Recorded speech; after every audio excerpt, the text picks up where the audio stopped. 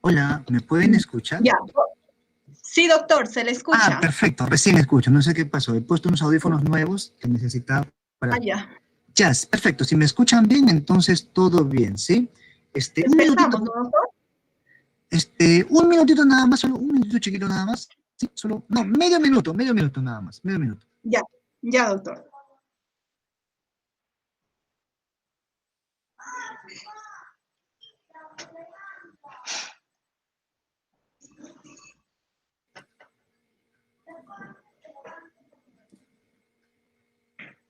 Bien, entonces, ahí estoy con el PowerPoint completo, ¿sí? Seguramente lo pueden ver.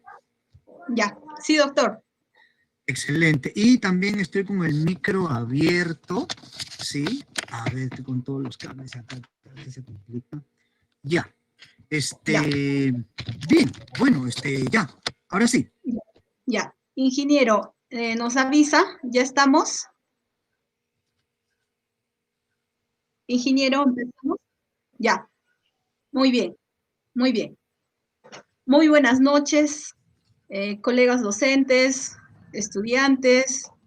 El día de hoy vamos a desarrollar nuestro cuarto webinario de fortalecimiento de las capacidades en investigación científica para docentes y estudiantes de Huánuco y Tingo María. Reciban un cordial saludo a nombre del Comité de Capacitación de la Escuela de Enfermería, a nombre de la doctora Amalia Leiva, de la magíster Diana Palma Lozano, a nombre del magíster L. Borneo, quienes integran el Comité de Capacitación de la Escuela. ¿Cuál es el objetivo de desarrollar estos seminarios? Es fortalecer nuestras capacidades en investigación científica. Para el día de hoy vamos a tener con nosotros al doctor Eddie Segura, quien es docente de la Universidad Científica del Sur, también docente de la Universidad Peruana de Ciencias Aplicadas, es docente RENACIT, docente investigador, médico de profesión, quien el día de hoy va a compartir el tema de aspectos operativos del proyecto de investigación. Entonces, vamos a invitar al doctor para que pueda iniciar la ponencia, doctor. Adelante, doctor Eddie Segura. Muchísimas gracias. Muy buenas noches con todas y todos. Primero que nada, un saludo a todas las autoridades de la universidad, un saludo a todo el personal administrativo y docente y por supuesto a todo el cuerpo de estudiantes de la universidad. Primero que nada, agradecer por la gentil invitación que me han hecho para poder venir a compartir un poco con todas y todos que nos están escuchando y viendo acerca de estos aspectos importantes de un proyecto de investigación. Tengo una presentación de aproximadamente 50 o 60 minutos, ¿sí? Y vamos a comenzar cuando estemos listos. Entiendo que van a haber algunas preguntas seguramente y entiendo que también nos van a ayudar con la lectura de estas preguntas y creo que el objetivo fundamental es que aquí todas y todos podamos recordar o aprender un poquito más. Así que sin más intermedios vamos a comenzar, ¿sí? Bueno, entonces, en primer lugar, ya que hablamos de aspectos operativos de un proyecto de investigación, considerábamos que era importante hacer una reflexión inicial acerca de todo lo que implica una investigación. Y deriva esto a partir de una observación o a partir de una experimentación, ya sea de laboratorio, ya sea de campo, etcétera. Finalmente, todas y todos queremos o quisiéramos cerrar todo ese ciclo de un proyecto de investigación, el cual empieza con la idea o la observación y termina con alguna forma de publicación o difusión científica, ¿no? Por ejemplo, una tesis o un artículo. Entonces, en todo ese largo camino existen varias situaciones que atravesar y que trataremos de resumir en los siguientes minutos a manera de experiencias compartidas y a manera de recomendaciones fuertes que esperamos pueden ser de utilidad para todas y todos, ¿sí? Usualmente hay dos preguntas, bueno, hay muchas preguntas realmente que uno escucha cuando se trata de investigación. Pero si yo pudiera en mi mediana y muy modesta experiencia resumirlas, yo las suelo resumir en dos preguntas. Una de ellas es, ¿por qué tengo que hacer una investigación? La cual puede ser, ¿por qué tengo que hacer una tesis? ¿Por qué tengo que hacer un artículo? ¿No? ¿Para qué lo tendría que hacer? Y otra pregunta u otro bloque de preguntas que se refieren a qué cosa yo puedo investigar, acerca de qué puedo investigar. Y realmente yo creo que quienes estamos en investigación creemos que todo nace a partir de esto, ¿no? Y con estas dos preguntas base es que comenzamos e iniciamos y tenemos esta lista de temas que vamos a cubrir y presentar ahora. Primero, hablaremos acerca de algunas pautas o recomendaciones para formular un problema de investigación, que es como que el punto inicial de todo proyecto de investigación. También hemos incorporado una serie de tópicos y temas que nos han solicitado y que estamos muy gustosos de hacer. Hablaremos acerca de la formulación de las hipótesis, hablaremos un poco sobre autores que en toda investigación, en todo proyecto siempre están involucrados. Vamos a hablar un poco acerca de la escritura, porque también hay trabajo que hacer escribiendo y los problemas potenciales que eso trae. Y finalmente, este estadio final o etapa final que se refiere a la difusión de la investigación que uno realiza, ¿no? Entonces, todo comienza realmente con un problema de investigación. Un poco la pauta inicial es que no conocemos todo. Hay muchas cosas que aún no conocemos. Y de pronto de las que conocemos, o las conocemos parcialmente, o creemos que conocemos algo. Entonces, el conocimiento es un campo muy amplio que siempre está en renovación, actualización y en revisión. Entonces, dentro de ello existen los problemas de investigación, que no son más que los vacíos que uno quisiera llenar o aclarar, ¿no? Entonces, el ideal es tener la solución para un problema. Por ejemplo, no sé, sin ir muy lejos, el problema puede ser, pues, una medida biotecnológica para prevenir COVID-19, ¿no? La vacuna, ¿no? Y tenemos que llenar ese vacío, pues, precisamente investigando y creando la vacuna, ¿no? Por mencionar solamente un ejemplo.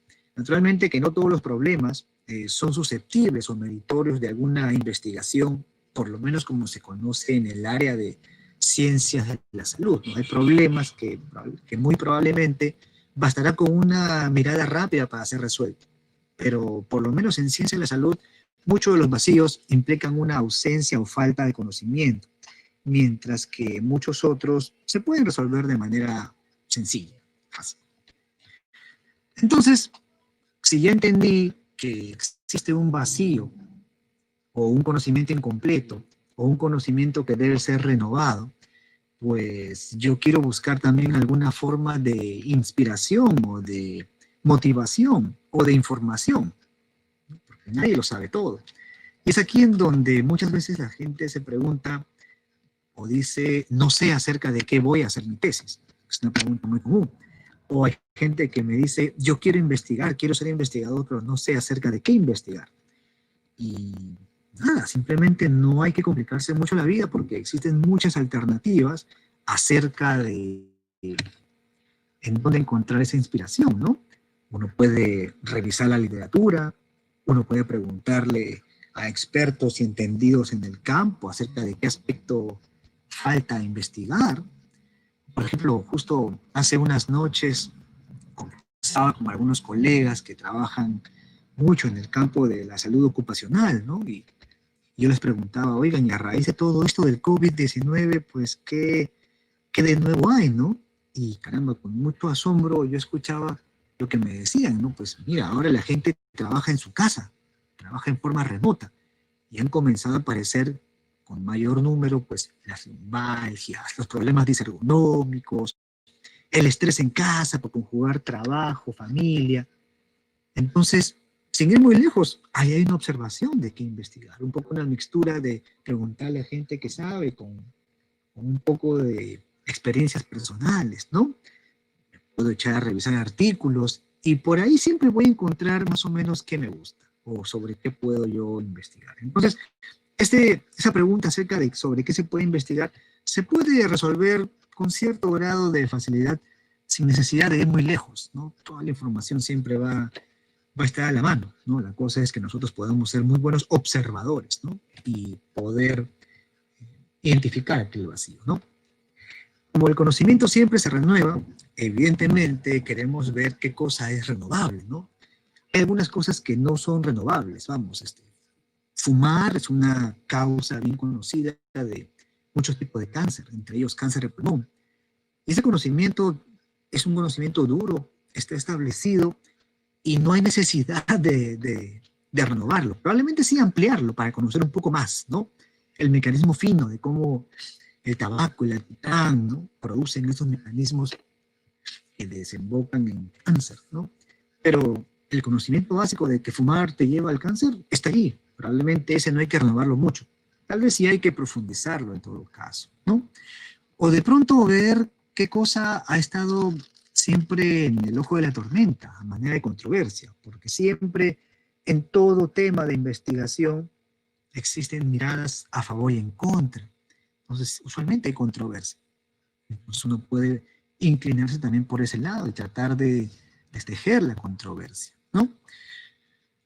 Cómo otros lo investigaron, en qué métodos usaron, en qué se equivocaron, o cómo se podría mejorar, son también otras formas de investigación. No toda la investigación es una investigación temática, también hay investigaciones metodológicas, ¿no? De repente cierto método microbiológico se hizo de tal manera para encontrar tal bacteria, pero de repente a alguien no se le ocurre investigar la bacteria, de repente a alguien se le ocurre mejorar el método para hacer que sea la bacteria.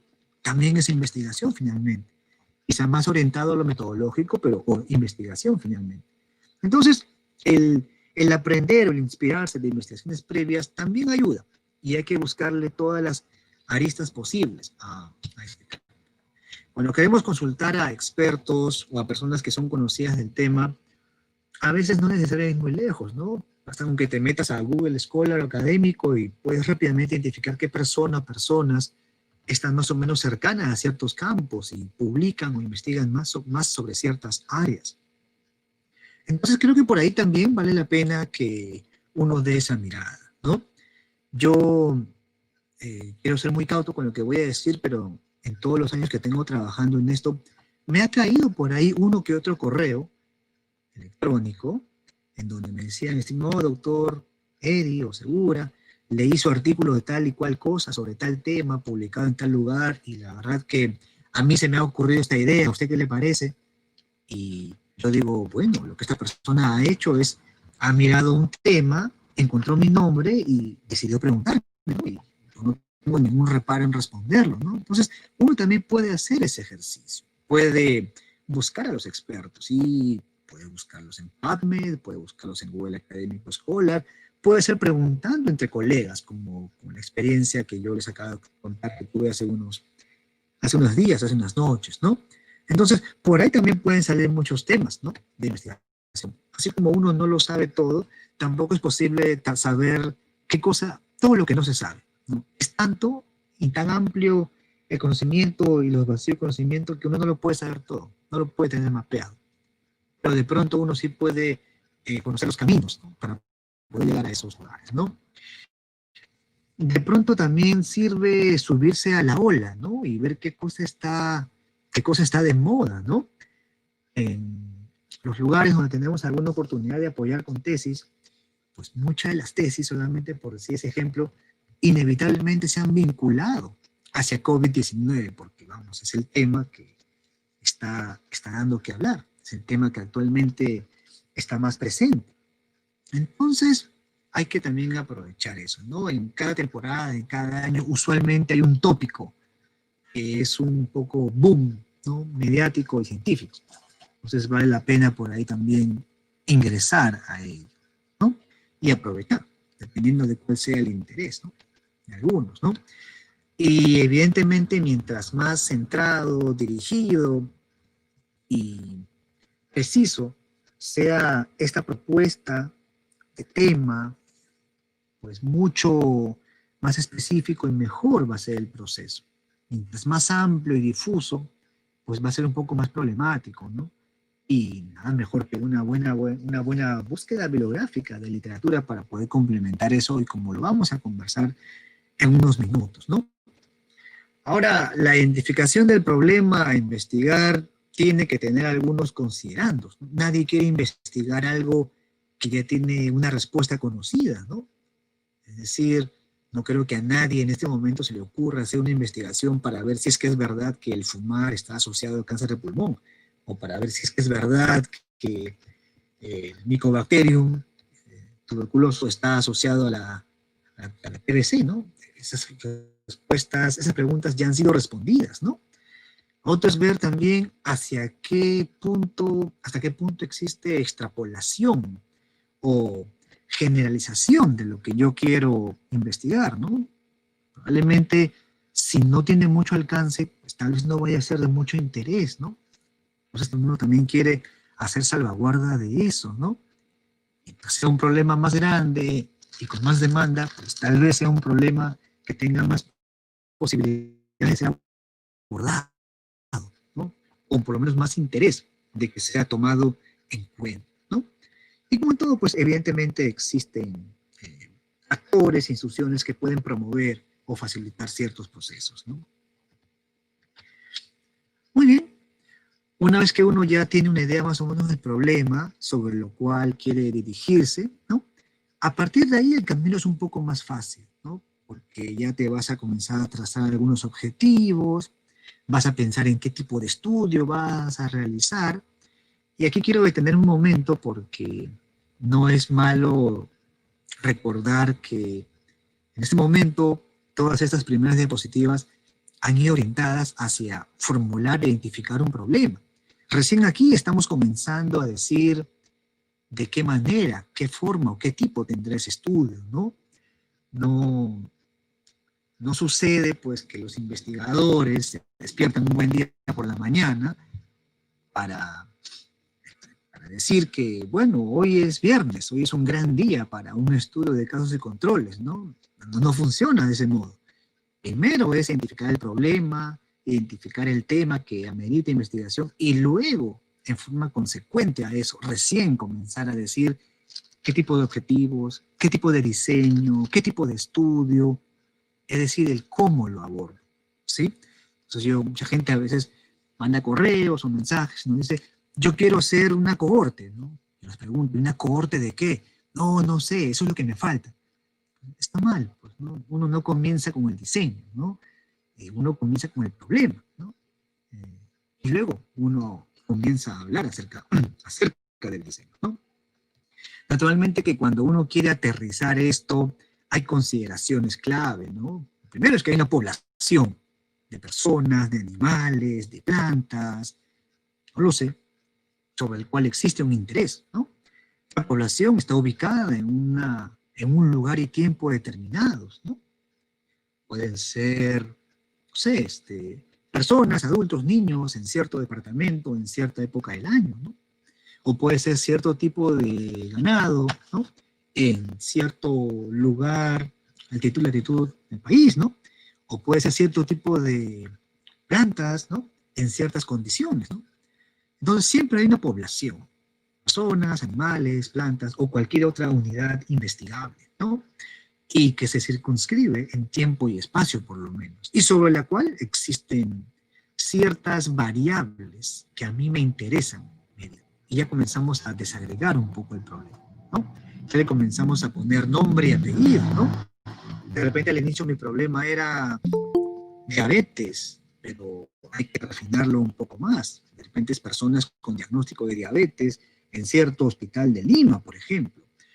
¿Y qué cosa o qué variables me interesa de esta población? De repente me interesa, no lo sé, su adherencia al tratamiento, o su calidad de vida, o sus hábitos, o cómo sus hábitos alimenticios han variado en el contexto de los casi 100 días que llevamos en cuarentena. Entonces, usualmente no es mala idea comenzar a ponerle las piecitas al rompecabezas del problema pensando en la población, quiénes son, dónde están, cuándo ocurrieron, qué me interesa medir en ellos, ¿no? Y con eso ya le vas dando forma o aterrizando el problema que te interesaba investigar, ¿no? Naturalmente, una pregunta de investigación, cuando uno la va a presentar, pues tiene cierto formalismo en la manera como se presenta la pregunta, ¿no? Entonces, usualmente en ciencia de la salud nos importan los estados salud-enfermedad, ¿no? Entonces vamos por ahí, ¿no? Si fuera en otras áreas, no sé, si fuera pues en negocios, de repente verían rentabilidad, si fuera, no sé, si fuera en ingeniería, de repente veríamos procesos, ¿no? Pero usualmente en ciencias de la salud nos interesan los estados salud-enfermedad, ¿no? Y sus variantes en cuanto a gravedad, ¿no? Usualmente en ciencias de la salud nos interesa aquello que es no voy a decir factor que causa, pero sí diré aquel elemento que tal vez favorece, promueve o está asociado a cierto estado de salud o enfermedad, ¿no? Lo que usualmente llamamos como los factores asociados, ¿no? Que tal vez no sea el mejor término para denominarlos, ¿no? Usualmente hay un desenlace, una respuesta, curación, recidiva, recaída, sobrevivir, fallecer, etcétera, que nos interesa, ¿no? Más adelante, ¿no? Usualmente en ciencias de la salud se maneja de ese modo. Por supuesto que hay algunas preguntas de investigación que se salen un poquito de este esquema. No es que estén mal, de hecho hay muchos esquemas, pero de pronto este esquema es uno de los más comunes y por el cual se suele empezar a recomendar entrar por este lado, ¿no?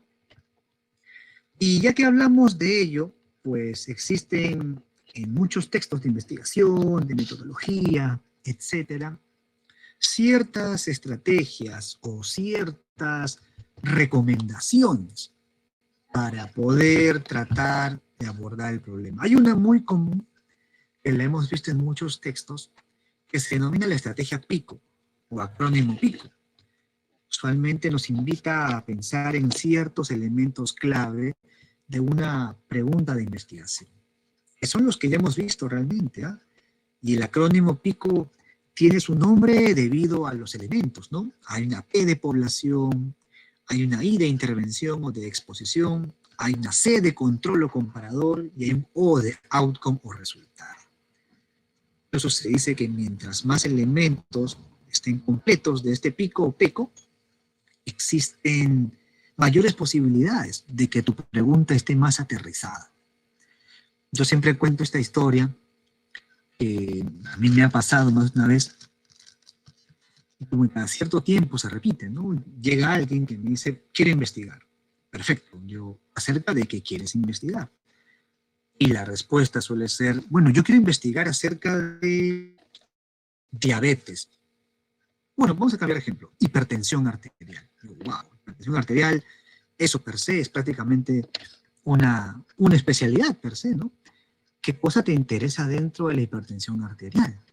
Y mucha gente se detiene y me dice, no lo sé, eso es lo que aún me falta definir. Entonces, hay un problema, ¿no? No todos los elementos están puestos todavía, porque dentro de hipertensión yo podría hablar de las complicaciones de la hipertensión o de la adherencia a la hipertensión, por ejemplo. Entonces, mientras más refinado, mientras más elementos, mientras más preciso esté el planteamiento de la pregunta, muchas mayores son las posibilidades de éxito en el planteamiento y en la ejecución posterior, ¿no? En ese camino también hay algunos errores, ¿no? Muchas veces queremos investigar algo demasiado amplio o complejo o con demasiadas variables, ¿no? Entonces, la recomendación inicial es tratemos de empezar por algo simple. Construye lo simple en una población base con variables concretas y a partir de ahí, si deseas, puedes seguir construyendo más. Pero usualmente las mejores preguntas de investigación son aquellas que son las más complejas, las más concretas, las más simples y las más directas, ¿no? Ya sobre eso se puede agregar cierta complejidad, ¿no? Esto es como cuando empiezas con tu primer análisis, ¿no? Empiezas a aprender a analizar estadísticamente y comienzas con análisis básicos. Y poco a poco, conforme vas entendiendo más, le metes más y más cosas. Es exactamente la misma lógica, ¿no? Otro error muy frecuente es que a veces queremos investigar un tema que por nuestro desconocimiento decimos que, entre comillas, no se ha investigado aún. Y nos olvidamos de que no lo sabemos todo. Entonces, a mí cuando me dicen un tema, yo siempre les digo, muy bien, primera tarea, 1, échate a buscar tesis que se han hecho en tu universidad. 2, échate a buscar investigaciones nacionales, ¿no?, sobre ese tema. Y 3, échate a buscar investigaciones internacionales sobre ese tema.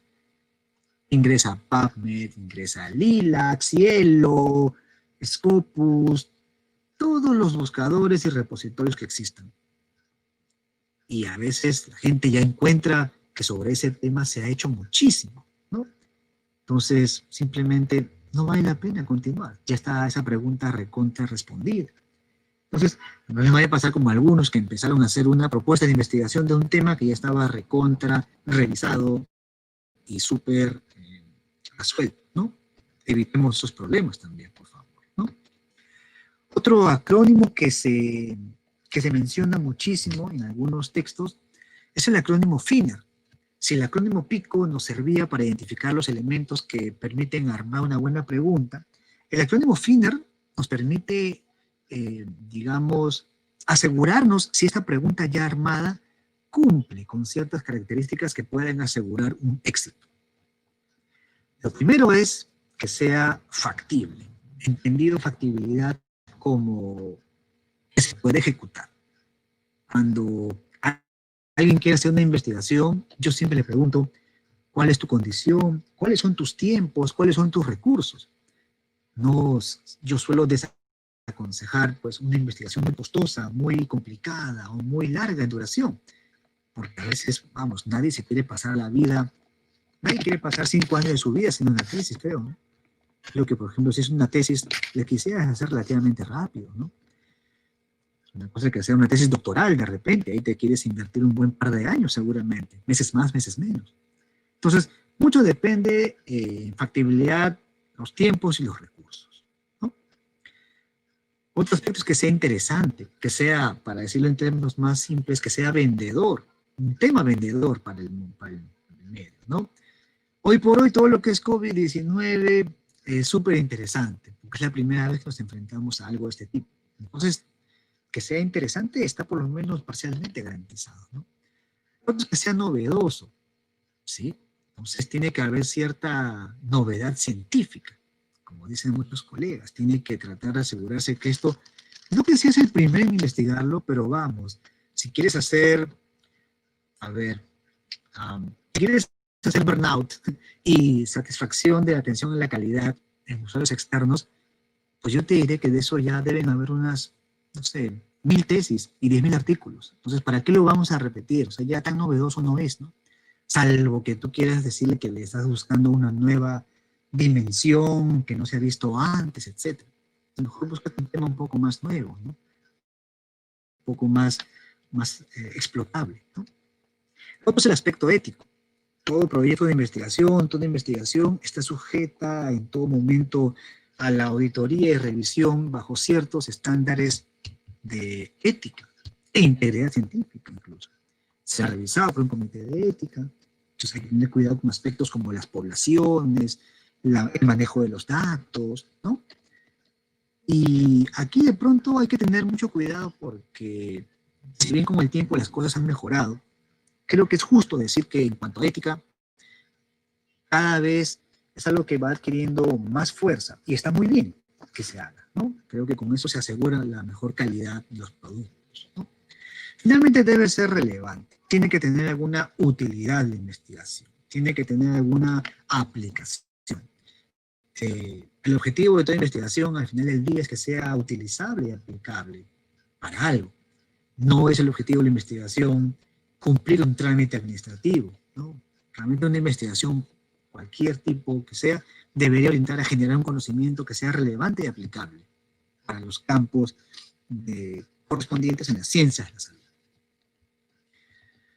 Esto ya lo hemos mencionado, así que lo vamos a avanzar muy rápido. Simplemente es un poco el desagregado de cada uno de los elementos del acrónimo FINER. Entonces, en esta primera parte, un poco la atención la de puesta en blanco, por si acaso propuesto, porque es mi indicador de descanso. Esta primera parte muy rápidamente orientado hacia el principal punto, y por eso le hemos dedicado buen tiempo. El problema, acerca de qué voy a investigar, qué cosa debo identificar, y hay algunas pautas y recomendaciones que ahí dejamos para efectos de apuntar a armar una buena pregunta de investigación, un buen problema de investigación que tenga ciertos elementos, el acrónimo PICO, así como ciertas características, acrónimo FINER, que permitan su buen éxito. Luego de eso, ya la cosa es un poco más sencilla, porque hay que seguir un poco el formalismo científico, hay que proponer una hipótesis, las cuales tienen ciertas características, y mientras más has entendido el problema que quieres investigar, pues tu planteamiento de hipótesis va a ser más sencillo. Una hipótesis es una explicación alternativa o tentativa ante un problema o ante una observación en la naturaleza. Eso es una hipótesis. Las hipótesis, por definición, deben poder ser comprobables, analizables, y uno no plantea hipótesis de cosas que ya se conocen, ¿no? Tampoco uno puede plantear una hipótesis de algo que no se pueda poner a prueba, ¿sí? Y usualmente con la hipótesis, digamos, si es que el tipo de trabajo lo amerita, la investigación puede caminar. Hay trabajos o investigaciones que son exploratorias, probablemente no tienen una hipótesis per se, sino que más bien sus resultados van a permitir generar una hipótesis. Pero al final del día las investigaciones algo tienen que ver por lo menos con una hipótesis, ¿no? Y naturalmente que el sueño o deseo de todo investigador es pues que su hipótesis sea verdadera, ¿no? Y a veces los investigadores nos dejamos llevar por ese corazoncito de investigador que tenemos y nosotros hacemos la investigación pensando en que tiene que salir como yo quiero que salga. Y nos olvidamos, y está mal, de que la investigación lo que al final del día busca es encontrar la verdad, la respuesta a una pregunta, sea cual fuera esta. Y mientras tus métodos sean correctos, tu pregunta o tu planteamiento sea bien estructurado y hagas todas las cosas con ética y con integridad científica, ten la seguridad de que esa respuesta que encuentres al final del camino va a ser una respuesta que, ya sea que esté o no a favor de tu hipótesis, por lo menos podrás decir de que está bien respondida esa pregunta de investigación, ¿no? Aquí hay algunos ejemplos, ¿no?, que hemos compilado de algunos textos. Por ejemplo, una hipótesis, el uso de simulación o de prácticas de simulación mejora las habilidades en manejo de instrumentos en alumnos de cierta carrera en ciencia de la salud, por ejemplo, ¿no? Es una hipótesis, ¿no? Ha habido mucha literatura sobre esto, ¿no? La pregunta ya está como que más o menos respondida, pero en su momento sí fue un tema boom, por ejemplo, ¿no? O la relación entre la lactancia y la caries, ¿no?, que también ha sido un tema muy controversial, ¿no? O los movimientos migratorios, ¿no?, y la educación de nuestros padres, ¿no? También temas que han estado por ahí, ¿no? Si se dan cuenta, en casi todos los casos, estas hipótesis están redactadas como que en afirmativo, ¿no?, planteando un algo, pero podría ser tranquilamente que la investigación que se realiza puede dar una respuesta negativa a esta hipótesis. Y no es que la investigación se hizo mal, simplemente es que si la investigación acaso se hizo bien, es que los resultados no permiten confirmar estas hipótesis y habrá que seguir investigando o dar por aceptado el nuevo conocimiento, ¿no?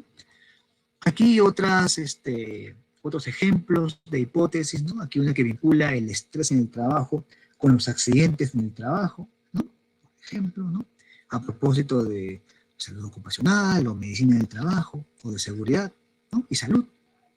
Entonces, una vez que tú comprendes más sobre tu problema, has leído más al respecto, te has asegurado que esté bien armado, plantear una hipótesis no debería ser difícil. De hecho, plantear una hipótesis es el siguiente paso, siempre y cuando tu pregunta de tu investigación lo permita, ¿no? Ojo de que en las investigaciones denominadas exploratorias, ¿sí?, exploratorias, usualmente no hay una hipótesis, sino que más bien la investigación se realiza para buscar alguna información que nos permita posteriormente plantear una hipótesis, ¿no? Y luego, de manera muy rápida, y por eso esta diapositiva, viene el tema de elegir cómo haremos la investigación. ¿Haremos un trabajo cualitativo? ¿Haremos un trabajo cuantitativo? ¿Haremos un trabajo más estadístico? epidemiológico, combinaremos cosas, haremos un trabajo de ciencias de laboratorio o ciencias básicas, no lo sé. Eso va a depender, el cómo hago la investigación dependerá largamente de qué cosa es lo que se quiere investigar. No es el objetivo de esta charla revisar todas las metodologías de investigación, pero sí poner la alerta y la alarma de que las formas como se hace investigación dependen primeramente de qué cosa es lo que quiero investigar.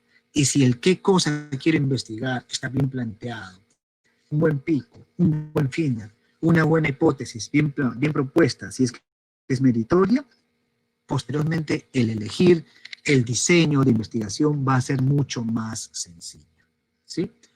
Es como cuando a los investigadores les decimos que, o nos recuerdan también que no es que sepamos todos los métodos.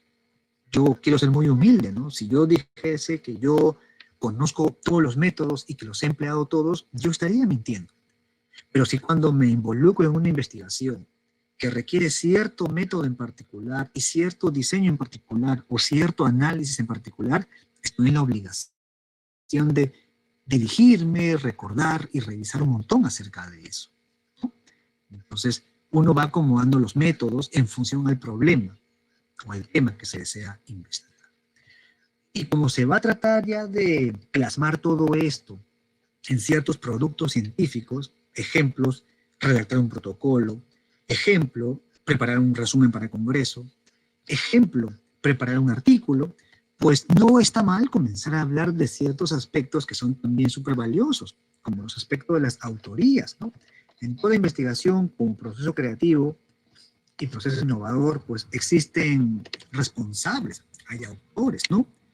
El autor es pues quien puede decir, yo he concebido esta idea para este protocolo, o yo he concebido esta metodología para esta investigación, o yo he preparado y plasmado el artículo de la investigación, ¿no? Solamente un autor es quien da o quien puede dar la cara públicamente por el trabajo. Existen criterios establecidos, ¿sí? Hay autores de protocolo, hay autores de resúmenes, hay autores de artículos, ¿no? Pero en cualquier escenario, existen estas consideraciones de cómo considerar a alguien un autor, ¿no? Entonces, haber realizado las contribuciones, haber escrito parte o preparado parte del producto, ser congruente, consistente con la versión final aprobada e incluso luego poder dar la cara por el producto si es que existiese algún tipo de reclamo u observación sobre este. Y lo mismo aplica también en la etapa inicial, en el proceso creativo. A veces pensamos que esto de autoría solamente aplica para los casos de artículos, pero no, eso aplica para cualquier tipo de producto científico, como resúmenes, como protocolos, como planes de tesis, etc. ¿Sí? Realmente, junto a los autores, también hay personas que nos apoyan, que tal vez no sean autores, pero sí son o colaboradores que han puesto su grano de arena para el proyecto, pero que tal vez no llegan a cumplir todas las características de un autor, ¿no? Pues simplemente a ellos hay que agradecerles por el trabajo realizado, ¿no? Y darles la mención y posición que corresponde, naturalmente, ¿no? Los autores, evidentemente, dependiendo de cuántos sean, pueden poner sobre la mesa muchos temas a considerar, ¿no? Como que en qué orden vamos a aparecer, quién va a ser el autor principal, quién va a ser el autor corresponsal, quién va a ser el último autor, etcétera, etcétera. Son también consideraciones que se tienen que tomar en cuenta, ¿no? Los autores, ¿no? Por ejemplo, ¿no? Hay trabajos que por su naturaleza amerita que sean muchos autores, ¿no? Pero hay trabajos que por su complejidad de repente es suficiente con que sean una pequeña cantidad. Entonces, también hay que considerar eso, porque tiene que ver con implementación operativa, ¿no? Y si tenemos una idea, tenemos una propuesta, tenemos una pregunta de investigación con ciertos elementos y vamos a comenzar a plasmar el cómo hacer la investigación y vamos a ser autores y vamos a escribir un protocolo, entonces conviene también recordar algunos aspectos de redacción científica, ¿no? En donde donde probablemente la principal consideración es que uno escribe para que otros lo lean. Tú escribes un protocolo para que el comité de ética lo revise. Escribes una tesis para que el jurado lo revise. Escribes un artículo para que los editores y revisores de la revista lo revisen. Y así, escribes una propuesta de investigación para que los que financien investigaciones la revisen. Entonces, es un ciclo esto de redactar y escribir para que otro lo pueda comprender. Y a veces nos cuesta querer aterrizar ese concepto, porque evidentemente cuando lo escribo yo está bien, y eso pensamos todos. Y a veces tenemos que ponernos en la posición de la otra persona, quien va a leerlo, quien lo va a recibir. Probablemente la pauta más importante sea economía de palabras. Tratar de decir lo máximo posible con la menor cantidad de palabras en la forma más ordenada y sistemática posible para efectos de poder llegar de manera concreta y asertiva y directa a ese lector, ¿sí? Entonces, eso se va aprendiendo con la práctica, ¿no? Entonces, a mí me gusta mucho siempre contar la experiencia de mi primer artículo, ¿no? Entonces, cuando la gente va y busca mi primer artículo, lo encuentran por ahí, un artículo en inglés, el año 2005, 2006, por ahí, o del español, ¿no? El año 2003. Dicen, wow, y esto, qué bonito tu artículo, ¿no? Y yo les digo, caramba, si tú supieras que para llegar a esa versión tuvieron que pasar como 10 o 15 borradores hasta que los demás autores nos pusimos de acuerdo y aprobaron mi redacción, ¿no? Es que realmente cuando uno lee un artículo, pues uno no ve todo el trabajo que había por detrás de redacción para pulir y mejorar todo eso. Es un trabajo iterativo, ¿no? Que evidentemente requiere cierta práctica y cierto ejercicio de ensayo y error, ¿no? Todo parte teniendo una definición de ideas clave. Si ya sabes tu problema de investigación, excelente, eso te va a ayudar un montón. Un poco de orden, ya tienes una idea de la ruta de conceptos que vas a abordar, lo puedes escribir y no hay ningún problema, ¿no? Y recordando de que no se trata de llenar páginas y líneas, sino que se trata de plasmar ideas concretas. El tip que yo suelo dar y que a mí me lo dieron y que me funciona hasta el día de hoy es el siguiente, ¿no? Y lo recuerdo que lo he tenido que utilizar yo para mis presentaciones o para trabajos, ¿no? Yo escribo algo, pongo mi hoja de ruta, voy a hablar sobre tal 5 conceptos, voy a tener 6 párrafos, redacto algo y luego de que estuve 1 hora o 2 con la computadora, apago, guardo mi documento, cierro la computadora y me olvido de esto por un par de horas, un par de días, un par de semanas, no lo sé. Y luego lo reviso con una mirada fresca, con ojos nuevos, y encuentro que, oh sorpresa, yo mismo me asombro de lo que yo he escrito. Y cuando a la gente le he pedido que haga el ejercicio, me han dicho lo mismo. La gente cuando después de tiempo ve lo que ha escrito, se asombra y encuentra cómo mejorar. Es que la escritura, al igual que el arte o la composición, es un proceso creativo. Es un proceso en el cual uno ensaya, lo mejora, lo optimiza, lo guarda, lo revisa de nuevo y así de manera reiterada uno va mejorando las cosas, ¿no? A veces nos dicen, tienes de plazo hasta tal día para presentar la tesis escrita. Y más de uno ha pensado, bueno, si me encierro sábado y domingo y no duermo, son 48 horas, pues debo escribir la tesis, ¿no? A media hora cada página, ya pues me sale una tesis de 100 páginas, ¿no? Pero no funciona de ese modo. Matemáticamente puede ser correcto, pero en cuanto a implementación no es verdad. Porque redactar algo grande toma mucho tiempo porque requiere mucha revisión y mucho ejercicio iterativo de ensayo y error, ¿sí? No olviden eso, por favor, ¿no? Normalmente también siempre el tema de las citaciones y referenciaciones, como un buen gestor de referencia, ortografía, gramática. Ahora hay muchas aplicaciones que corrigen el español y el inglés, ¿no? Es maravilloso, así que esa parte también ha mejorado mucho y hay herramientas para disposición de quienes trabajamos en el campo de investigación y producción, ¿no? Y una vez más, no olvidar que escribimos para alguien, ¿sí? El protocolo lo escribo para que el comité de ética lo revise. La tesis la escribo para que el jurado la revise. Mi artículo lo escribo para que el editor o revisor de la revista lo vea. Escribo mi propuesta de investigación para que quien financia revise ese documento. Entonces, tenemos que escribir pensando en que el otro lo debe entender, no pensando en que yo debo de hacer un despliegue técnico de manejo de tecnología que pueda impresionar a alguien.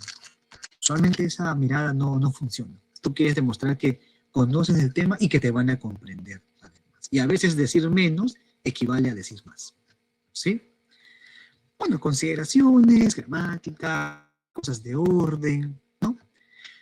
Y evidentemente que si voy a preparar algo para la universidad, una de las primeras consideraciones que debo de conocer cuáles son las reglas de juego de la universidad. Si voy a escribir el proyecto de tesis, pues lo primero es que tengo que empaparme y conocer las reglas, la estructura, la norma, como lo pide la universidad. No lo puedo hacer de otra manera.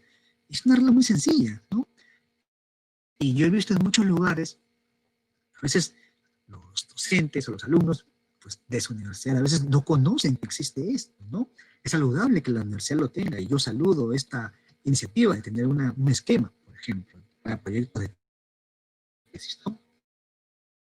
En la medida en que la gente lo conozca y lo utilice, excelente, ¿no?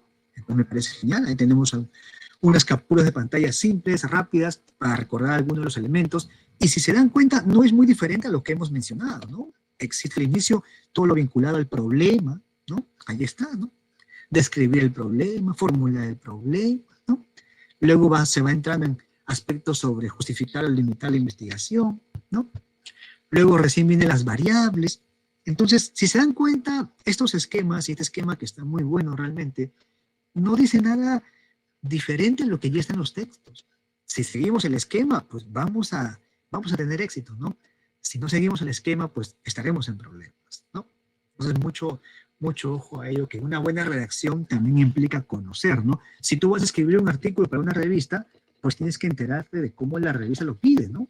Cuántas páginas, qué tipo de letra, el espaciado, los subcapítulos, ¿no? Es como mínimo, ¿no? Si vas a enviar tu tesis para que el jurado la revise, tienes que enterarte de las normas de cómo el jurado espera recibirlo, ¿no? Es decir, son pautas de redacción básicas, realmente, que no tienen mucho de extraordinario, pero sí es extraordinario ver que incluso a veces las ignoramos o las desconocemos, ¿sí?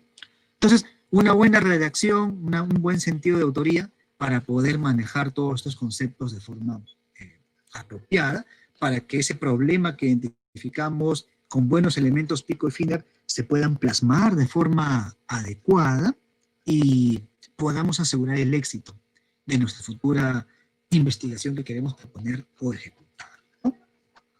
Naturalmente que siempre el camino al éxito tiene algunos puntos de error o fracaso en el medio, ¿no? Equivocarse es parte del proceso de aprendizaje, pero lamentablemente hay errores y errores, ¿no? Y en investigación tenemos ciertas cosas que pueden no son como que las conductas más apropiadas, y vale la pena mencionarlo ya que estamos hablando sobre todas estas consideraciones operativas, ¿no? Hay gente que inventa datos, hay gente que manipula los resultados, hay gente que simplemente se copia toda la tesis o la investigación de otra, pretendiendo de ese modo mostrarla como si fuera de producción original, ¿no? El plagio probablemente es la cosa más condenable, sobre todo en el entorno académico, ¿no? Si nos hemos pasado la primera media hora indicando de que hay mucha creatividad y que hay mucho proceso de iterar y crear un algo, ya sea como idea o como producto científico, encima de ello venga alguien y lo copie y no te dé el crédito de la autoría correspondiente, pues no es nada agradable, ¿no? Entonces, el plagio es eso, ¿no? No reconocer la fuente original, ¿no? Y pueden haber plagios de ideas. Justo una colega odontólogo a quien yo aprecio mucho, me comentaba, ¿no? Que hace unos años alguien propuso un tema por ahí y que escuchó el tema a alguien y se llevó el tema y lo trabajó con otra persona, ¿no? Entonces fue, pues, plagio de idea, ¿no? Es como cuando alguien dice, oye, a mí no se me ocurre qué hacer nada y lo escucho de otra persona y lo ejecuto, ¿no? Plagio de ideas, ¿no? Es que a veces eso es un poco difícil de demostrar, ¿no? ¿Cómo demuestras tú que no se te ocurrió a ti primero, ¿no? Pero es un problema también, ¿no? Por eso a veces uno es muy receloso, o debería serlo, con su propia creación o inspiración de ideas, ¿no? Entonces, también puede haber plagio de textos, por ejemplo, ¿no?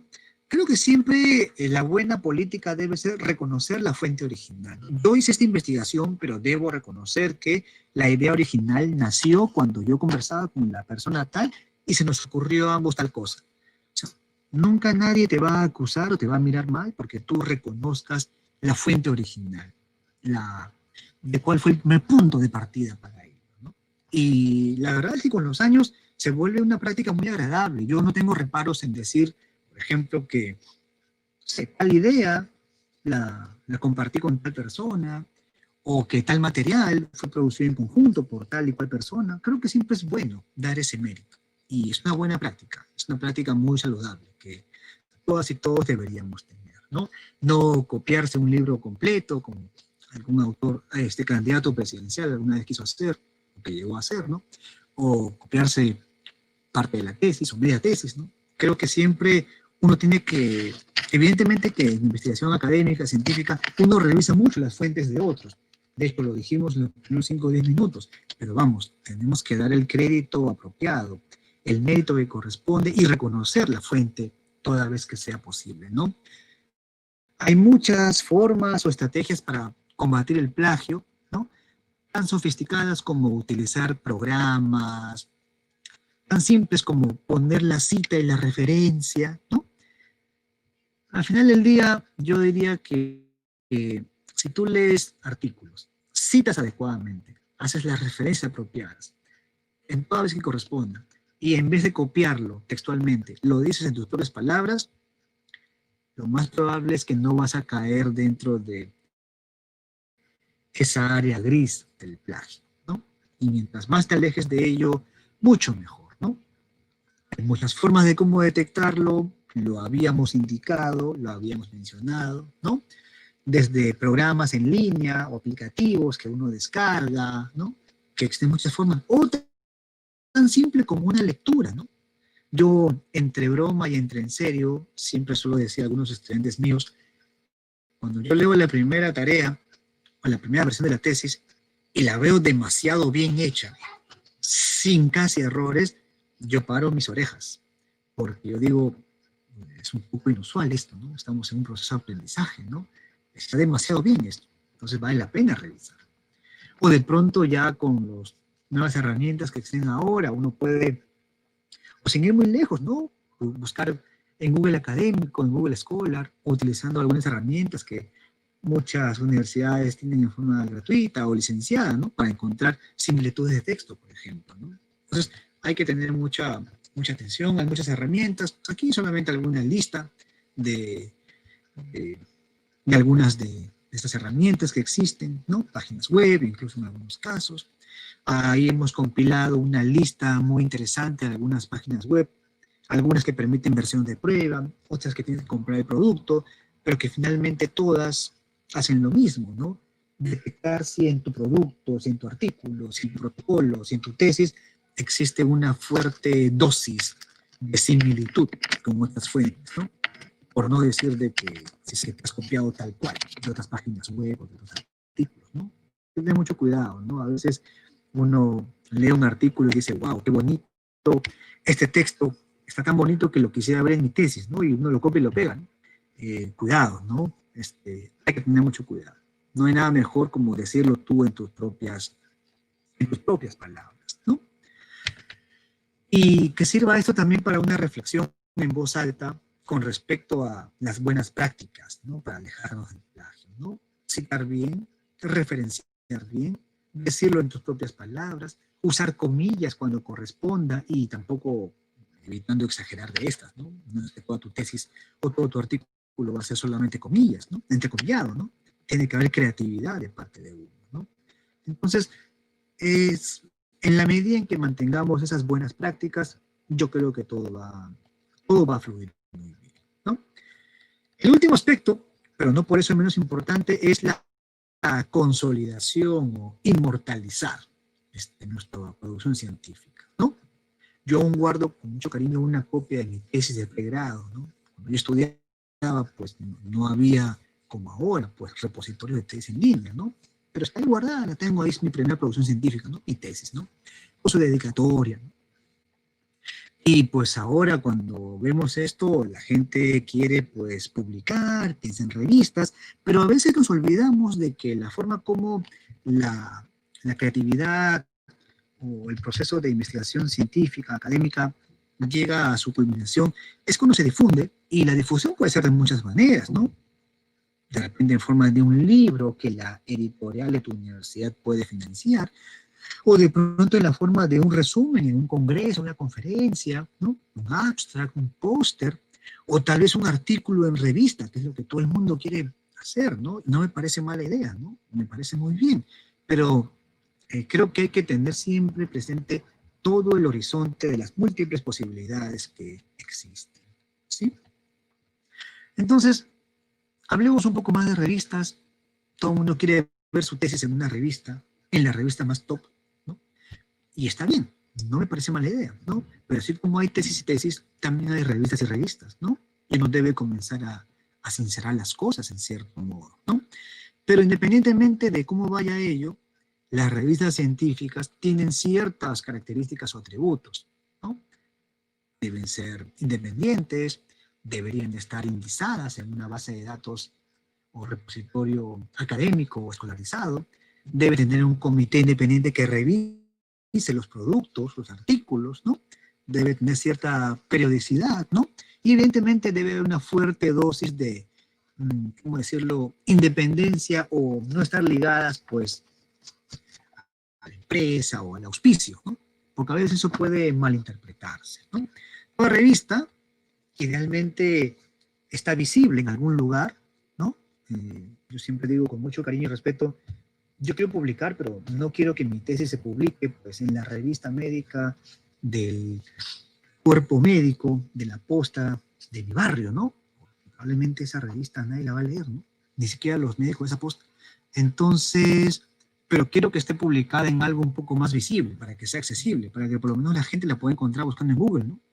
Entonces, hay muchos repositorios, hay muchas bases bibliográficas, aquí solamente hemos mencionado algunas, pero independientemente de cuáles ustedes apunten, hay que recordar de que mientras una revista ya está en una base, en un repositorio, por lo menos ya pasó un filtro de calidad. Y por lo menos es mejor que una revista que no esté en ningún repositorio. Ello es muy importante. Acá un pantallazo de lo que es Imago, ¿no? Que es el laboratorio en línea, que corresponde bastante con lo que es esta base Scopus, ¿sí? Pueden buscar ahí las revistas, se pueden enterar. Aquí he tomado de ejemplo revistas en español para el área de ginecobstetricia, por ejemplo, solamente por mencionar un ejemplo, también hay para enfermería, hay para nutrición, hay para todas las áreas realmente, ¿no? Uno se entera, va conociendo los aspectos de las revistas, ¿no? Y uno se mete en este mundo y se da cuenta de que las revistas o las bases de datos te permiten compilar todas estas cosas, ¿no? Entonces, alguien ya hizo la compilación por ti, basta que tú te metas y navegues por el mundo de las revistas, finalmente, ¿no? Y que por cada revista te enteres, ¿no? Una revista te va a pedir, mira, yo quiero mis artículos de tal manera, con tales secciones, en tal idioma, te va a costar tanto, de tal objetivo, con tales temas. Entonces, si tú revisas ello, si tú te pones siguiendo las características y los pedidos específicos que hace la revista, lo más probable es que te va a ir bien. Muchas veces el no éxito está porque no hemos escogido bien la revista o porque no hemos seguido las instrucciones de la revista, cosas que son súper sencillas, ¿no? Entonces hay que tener en cuenta eso, ¿no? Aquí algunos pantallazos de ejemplo, solamente por una revista que decidí tomar a manera rápida. Toda revista tiene lo que se llama las instrucciones para los autores, que debe ser como que material de lectura obligada, ¿no?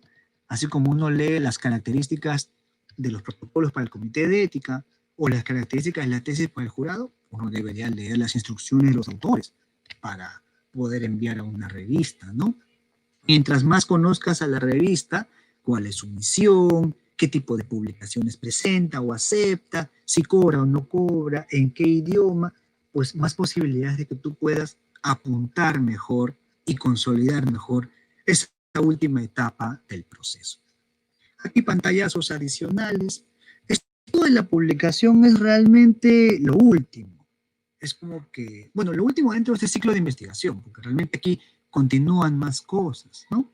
Al final del día uno quiere que su investigación o los conocimientos o aprendizaje de su investigación se difundan. Es lo más importante, que se comuniquen, que se puedan ver en todas partes. Y usualmente la forma más aceptada, no aceptada, pero la forma más común es como artículo científico en revista científica. Pero también hay otras formas, no olvidar, ¿no? Resúmenes en congresos, presentaciones orales en conferencias, abstracts, pósters, etc. El largo camino de la publicación, que es la parte final de la investigación, pues tiene varios desafíos que superar, ¿sí? Esta caricatura muy clásica en Internet los representa de alguna manera, ¿no? Pero al final del sendero está nuestro artículo finalmente aceptado, ¿no? Las revistas no funcionan de manera automática, hay todo un proceso de revisión interna, ¿sí? Que las revistas toman en consideración cuando reciben los artículos. No vamos a revisar este proceso ahora, porque es un proceso amplio, pero sí mencionaremos que estos procesos deben ser ordenados y transparentados. Y las revistas indizadas y revisadas por pares o arbitradas por pares cumplen con estos procesos. Y esas las encontramos en alguna de las bases que hemos mencionado.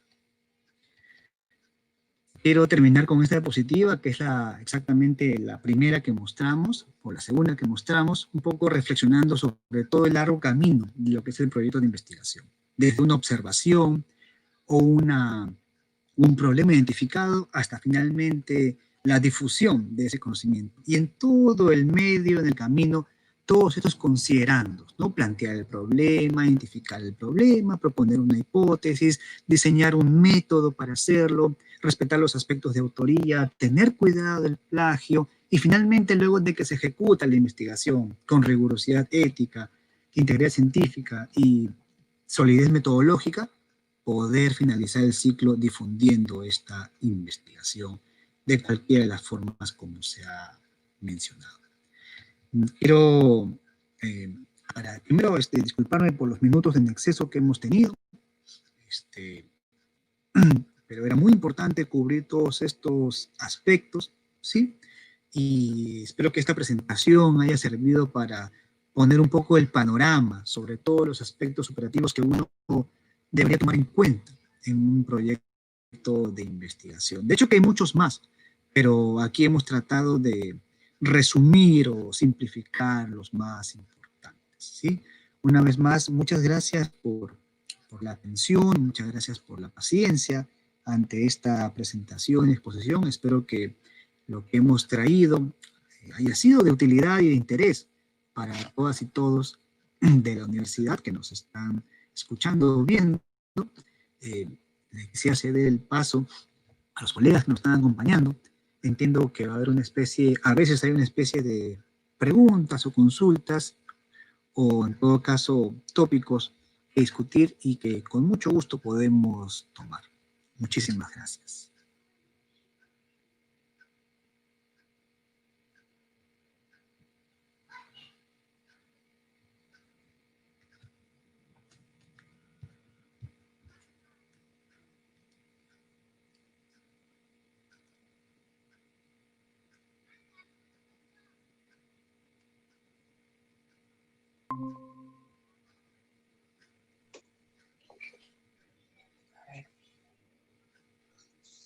Sí.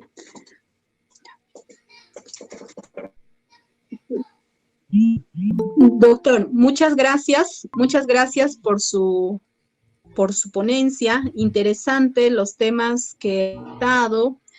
Quisiera, por favor, poder hacerle llegar algunas preguntas de los participantes.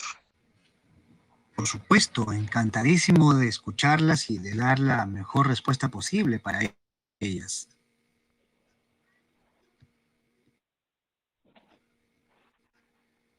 Bien, doctor, ¿cómo se podría plantear una hipótesis para un estudio descriptivo, siendo que no es tan necesario, ¿no? Pero algunos jurados, algunos asesores de tesis piden el planteamiento de hipótesis para estudios descriptivos. Claro. Sí, bueno, es una muy buena pregunta en la cual yo agradezco. Y de hecho es una pregunta que siempre he escuchado en muchos lugares, en muchos escenarios, ¿no? Yo creo que cada, cada universidad, cada facultad tiene sus propias reglas de juego y que hay que respetar en principio. Pero al mismo tiempo también existen algunos principios metodológicos o de rigor científico que hay que seguir y respetar, ¿no?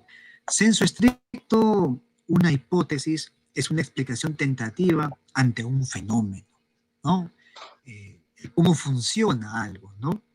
Hace 100 años alguien puso la hipótesis de que fumar produce cáncer de pulmón y se investigó, se corroboró, ¿no? Entonces, si yo tomo ese concepto y trato de articularlo con un estudio que vamos a ver que han mencionado, estudio descriptivo, pues yo diría, bueno, un estudio descriptivo, como el nombre lo dice, busca describir y, y nada más, ¿no? A mí de primera instancia me sonaría como que no aplica mucho, ¿no? Un estudio descriptivo se puede tomar como algo básicamente exploratorio, probablemente, ¿no? Yo creo que hay que ser un poquito cauto. A mí me gusta decir de que todas las investigaciones pueden tener objetivos, pero proponer una hipótesis a prueba, pues dependerá muchísimo de aquello que se está investigando y de cómo se está investigando, ¿no?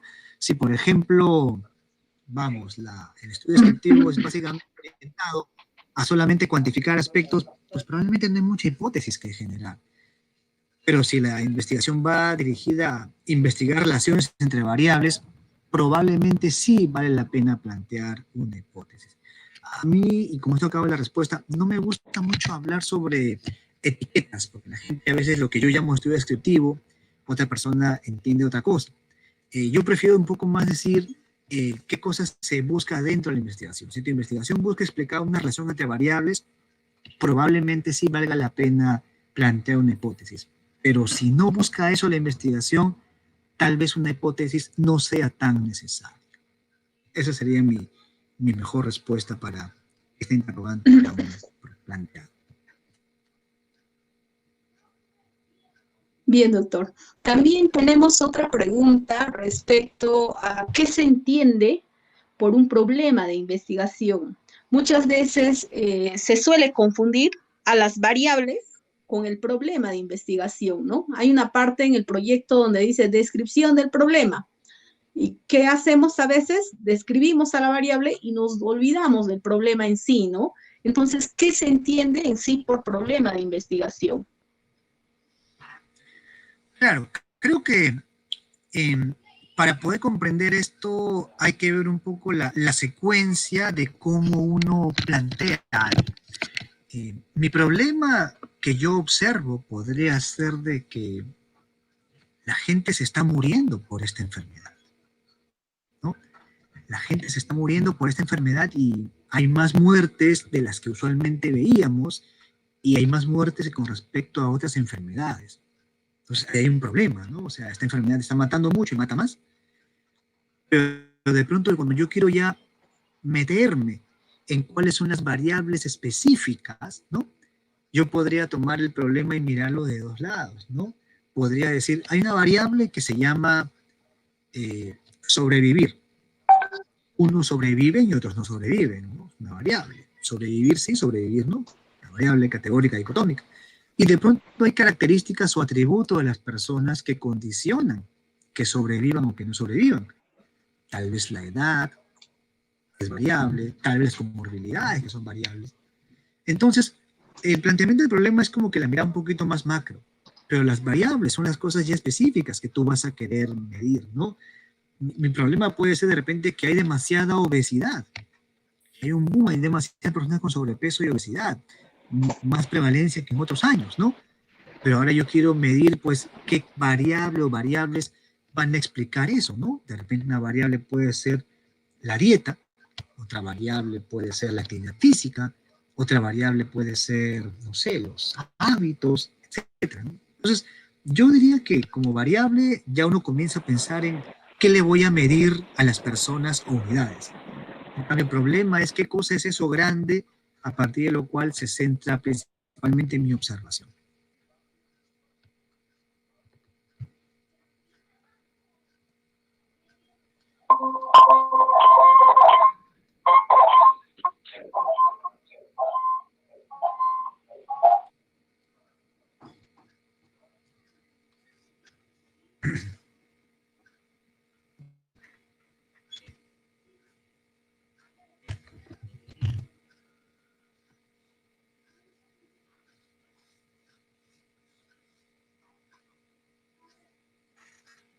Tal vez existe otra pregunta, o no sé si la respuesta a esta última pregunta fue suficiente. No sé, encantado de escuchar. Sí, sí, doctor, conforme con la respuesta, doctor. Tenemos otra Muchas gracias. pregunta. Tenemos Sí, por otra favor. pregunta respecto a las diferencias de la formulación de la pregunta de investigación de acuerdo al enfoque de investigación. Uh-huh. Claro. Cuando hablamos del enfoque, y tiene que ver con lo que decíamos a la mitad de la charla, el enfoque de alguna manera significa en cómo tú vas a abordar el problema. Un problema se puede abordar desde muchas miradas. Por ejemplo, si yo quisiera investigar el problema de la adherencia al tratamiento, pues yo lo puedo orientar de una manera tal vez con un enfoque cualitativo, tratando de comprender cuáles son las condiciones del hogar o de vida del sujeto que dificultan o que facilitan que tome su tratamiento, ¿no? Adherencia. Pero también podría verlo de una manera más estadística, cuantitativa y dura, tratando de comprender si las variables como sexo, edad, vivir cerca de la farmacia, etcétera, están relacionadas con la adherencia y hacer un análisis. O de pronto, si se lo pregunto a un neurocientífico, me podría decir, no, de repente existe algún tipo de neurotransmisor o alguna vía neurológica que tiene que ver con el cumplimiento y la adherencia. Entonces, un problema se puede enfocar y abordar desde diversos ángulos. Evidentemente, ello dependerá de cuál es mi interés, ¿no? Por ejemplo, en mi caso, yo soy más epidemiólogo, un poco más tirado para la estadística, ¿no? Yo no hago investigación cualitativa, no hago investigación sociológica, no hago investigación de ciencias básicas. Yo no podría investigar algo bajo esos enfoques, pero tengo colegas que sí lo hacen, ¿no? Entonces, yo diría que el enfoque tiene que ver más con el cómo. El problema, un problema único, se puede investigar desde diversos enfoques. Todo depende de qué recursos tienes, cuál es tu formación, tu afinidad y, por supuesto, qué cosas puedes manejar, ¿no?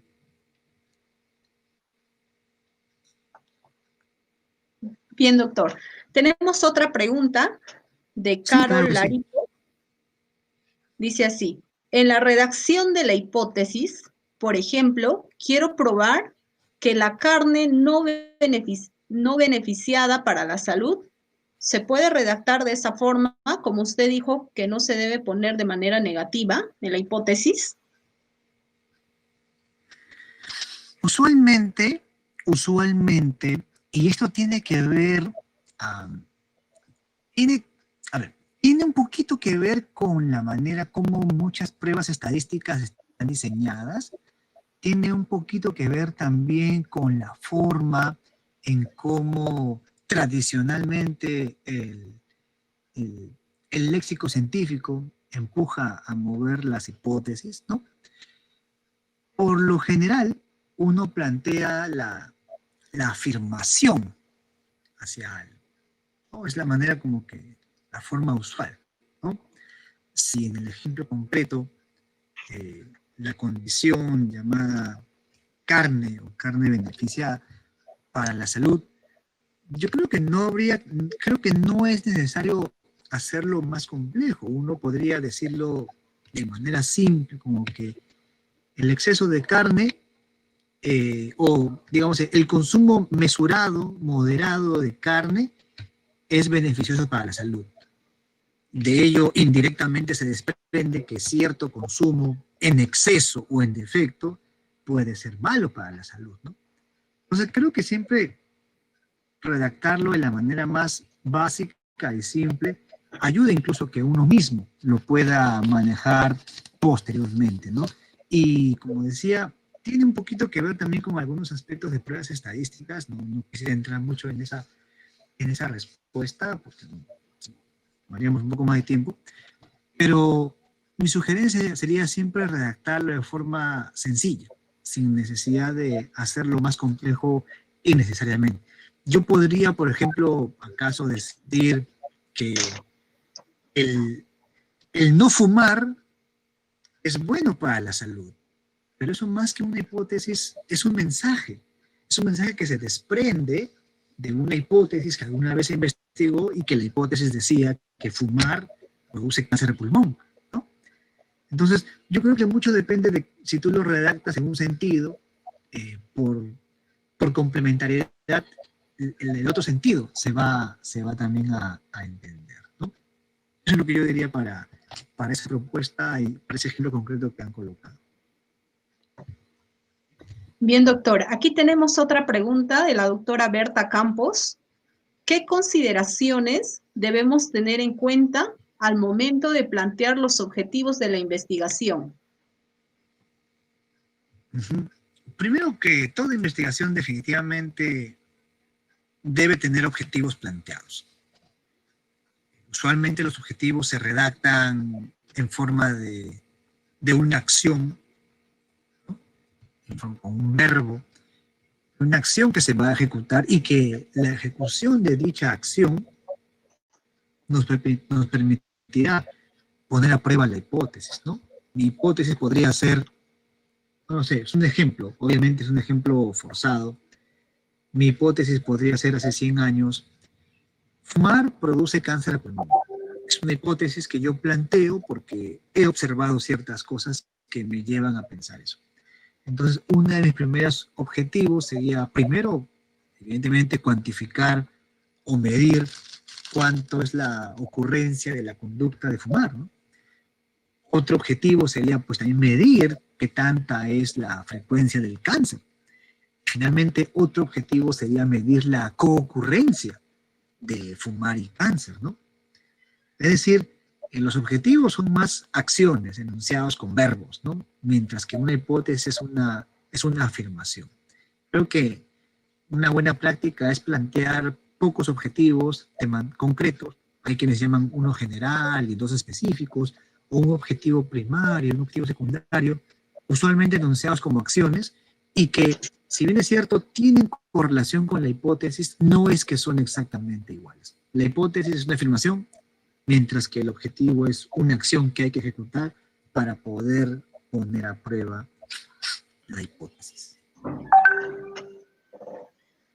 Doctor, ¿y necesariamente es importante tener, por ejemplo, si formulamos 5 preguntas de investigación, también tendría que haber 5 objetivos, 5 hipótesis? ¿Necesariamente tendríamos que manejarlo de ese modo? Normalmente, a ver, de lo que yo he visto proyectos grandes que parten con 3, 4 objetivos bien planteados, ¿no? Y por ende con 3 o 4 hipótesis bien planteadas. También, por otra parte, lo que yo he visto es que cuando tu trabajo es pequeño, con una muestra pequeña y concreta, pues tal vez no es mucho lo que vayas a poder realizar de ahí, ¿no? Y aquí entran conceptos como el tamaño de la muestra, poder estadístico, comparaciones múltiples. Entonces, yo considero que siempre menos es más. Creo que puedes empezar con una buena pregunta de investigación bien planteada, la cual correlacione con 2 objetivos tal vez bien puestos, y una vez concluida esa investigación, pues decidir si vas a continuar con otra, ¿no? Usualmente cuando uno plantea preguntas de investigación o objetivos, trata de que estos sean más o menos relacionados, ¿no? Y que por ende la investigación sea cada vez más grande. Y cuando digo más grande, me refiero a más despliegue, más alcance, más muestra, más tiempo, etcétera, ¿no? No es que voy a hacer yo una encuesta de 10 preguntas y con eso voy a querer sacar pues 10 objetivos y 10 hipótesis. No, no funciona de ese modo tampoco, ¿no? Hay cierto decoro académico también, ¿no? Yo creo que siempre empezar con menos es mejor. Una buena pregunta acompañada de 2 o 3 objetivos concretos. Pero tendría que ser el mismo número de preguntas, el mismo número de objetivos y de hipótesis, ¿o puede haber diferencias? pueden haber diferencias. Hay preguntas de investigación que son más sencillas, ¿no? Y más concretas, y tal vez no tengan muchos objetivos que los acompañen, ¿no? Entonces, ¿la vacuna previene o no? Es completamente directo, ¿no? Pero si ya no se quiere meter con que en qué subgrupos protege más, en qué época del año protege más, ya eso va desagregando cada vez más y más las cosas y trae otros objetivos, ¿no? Nuevamente, depende mucho de la complejidad que uno le quiere dar a aquello que está investigando.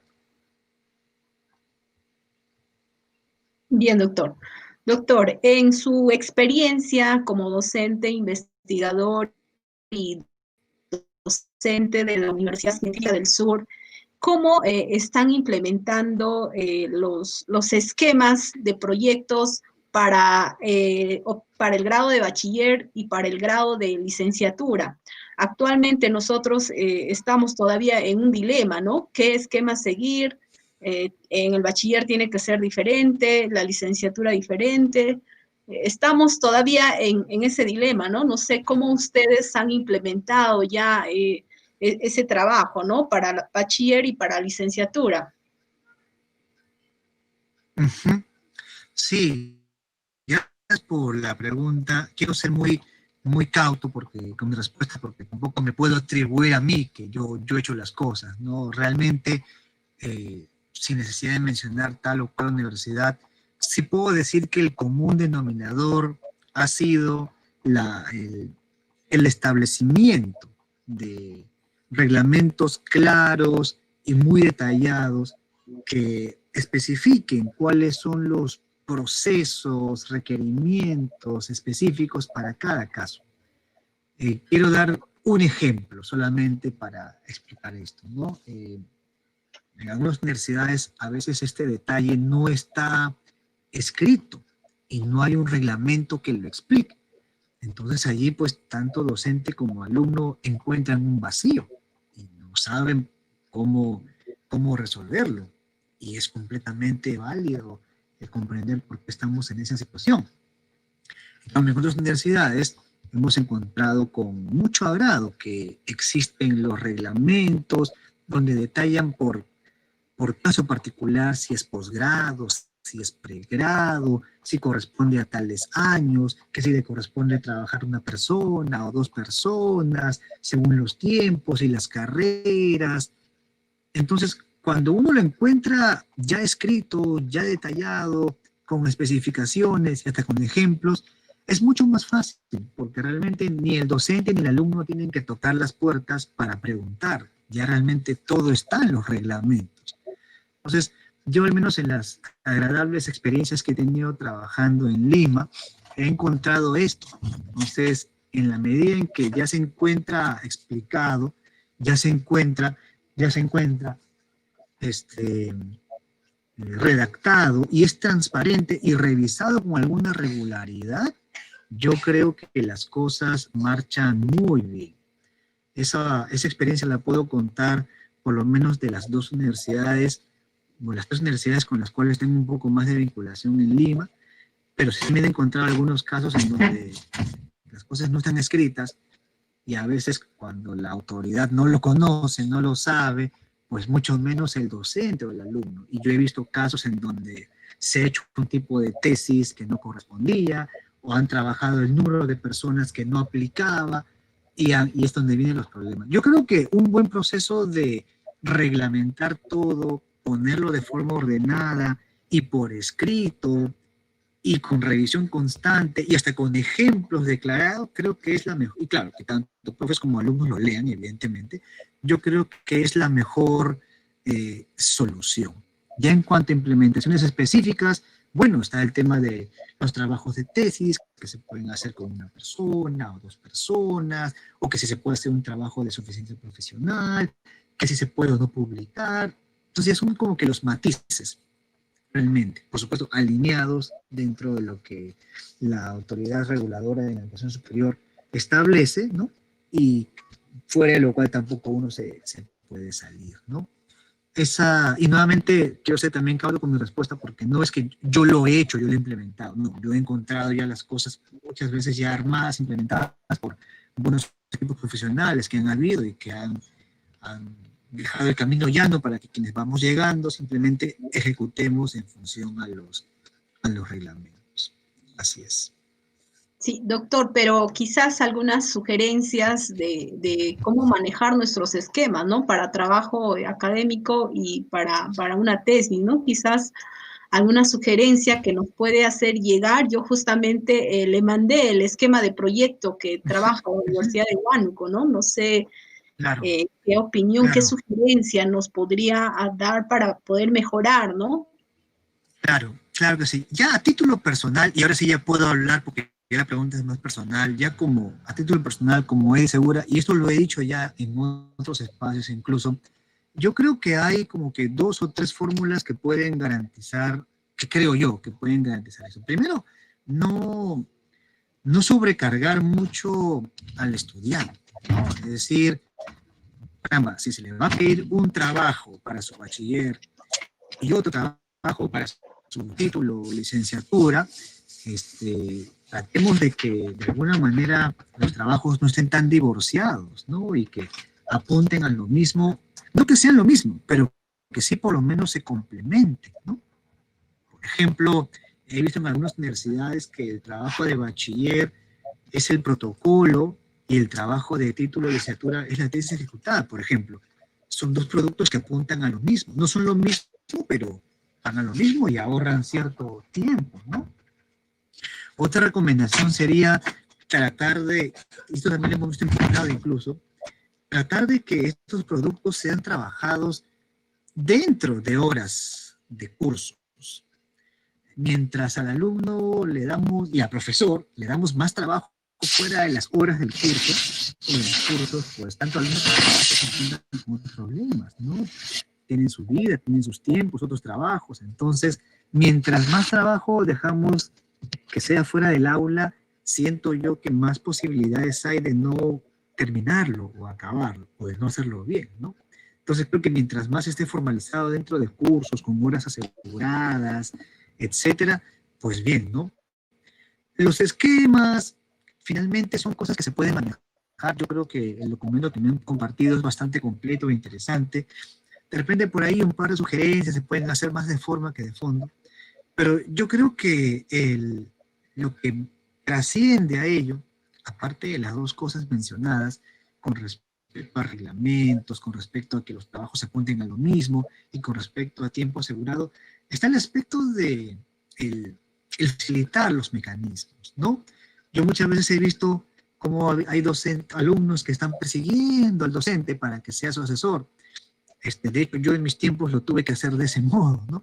Cuando de pronto tendría que haber un mecanismo tal vez más institucionalizado, en donde se asigna a un alumno con un docente para que dentro de ciertas horas o tiempos protegidos se pueda trabajar algunos productos que les pueda servir para satisfacer los 2 requerimientos, tanto el requerimiento de bachiller como el requerimiento de licenciatura. Y en la medida en que esto se pueda flexibilizar, pues gana el alumno, gana el docente y también gana la universidad, ¿no?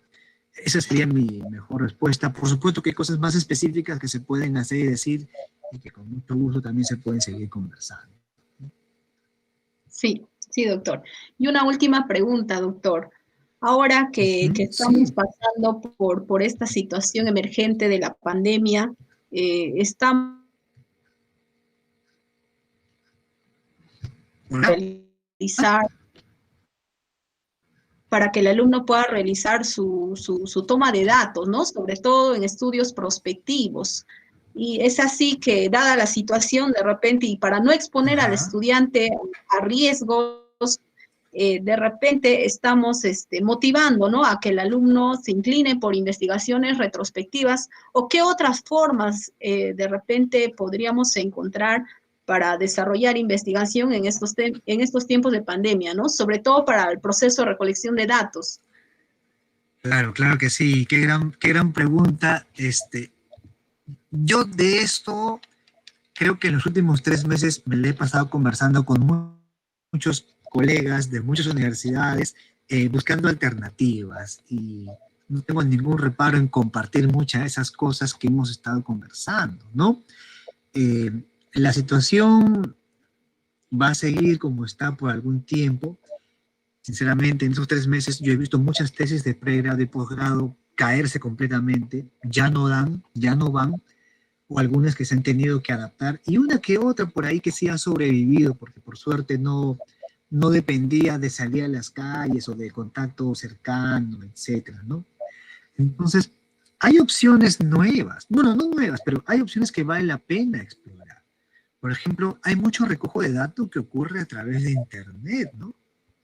Elemento 1, tu instrumento lo conviertes en una encuesta virtual a través de Google Forms, por ejemplo, o cualquier otra herramienta similar, ¿no? Segundo, lo difundes a través de redes, a través de contactos.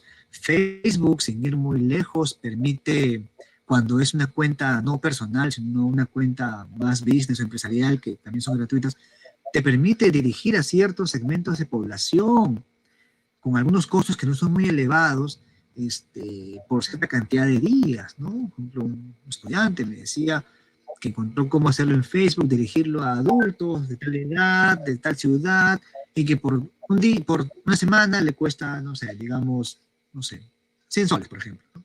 Por decir un número, ¿no? Entonces, que creo que es más o menos manejable, ¿no? Y tercero, automatizar todo ese recojo de datos, ¿no? Ya decir que tú vas a salir con tu encuesta de papel o con tu tablet, hacerle el recojo de datos, es un poco utópico, ¿no? Porque los hospitales tienen estas restricciones, sin ir muy lejos, ¿no? O la calle va a estar un poco más difícil, ¿no? Hay que exponerse. Entonces creo que automatizarlo de esa manera va a ser más sencillo. La conclusión a la que los colegas siempre llegamos es que la tesis del futuro va a ser una tesis donde tú estés en tu casa con una buena computadora, con un buen acceso a internet, con un buen café, trabajándolo todo desde ahí, ¿no? Porque realmente otro tipo de trabajos en donde tú tengas que salir a hacerlo, a recogerlo, a medirlo, va a estar complicado. Otras cosas que se pueden trabajar también, de repente, sí, por supuesto, si los reglamentos de la universidad lo permiten, pues revisiones seguramente, investigaciones sobre normativas, investigaciones sobre información en internet, etcétera, ¿no? Entonces que también son investigaciones, ¿no?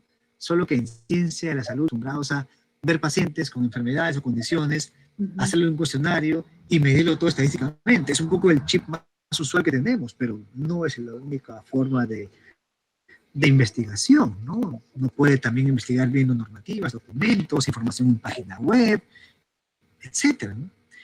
Haciendo encuestas por internet, ¿no? Y de hecho ahora con todo lo del COVID muchas cosas nuevas o muchas cosas se han acentuado, ¿no? Salud mental, estrés, justo unos colegas también me comentaban de esto, ¿no? Lumbalgia, problemas de